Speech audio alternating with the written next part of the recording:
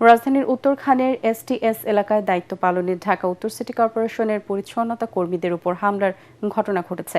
এ সময় বেশ কয়েকজন পরিচ্ছন্নতা কর্মী আহত হন। ঘটনার পরপরই এলাকা পরিদর্শনে যান ডিএনসিসি প্রশাসক শফিকুল ইসলাম খান মিল্টন এবং ঢাকা 18 আসনের সংসদ সদস্য এসএম জাহাঙ্গীর হোসেন। এ সময় তাদের উপরেও হামলা চালায় এলাকাবাসী। পরে ঘটনায় জড়িত সন্দেহে 3 জনকে গ্রেপ্তার করে পুলিশ।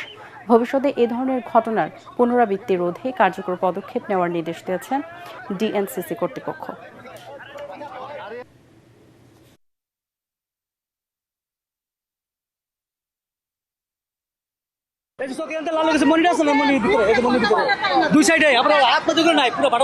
মারছে উষ্টাইছে লাইটাইছে আরেকটা পারবিন দুইটা বুকো লাত্তি মারছে কেউ হাতে আম দাও কেউ হাতে রড কেউ হাতে ওই গুলি। প্রশাসক মহোদয়ের সিদ্ধান্তে ওনারা একজনকে অ্যারেস্ট করছে। অ্যারেস্ট করার পর ওরা ফ্যাক্টরি থেকে আমাদের অতর্কিত হামলা করতেছে। যে আমাকে এখানেও দেখেন বাড়ি দিয়েছে।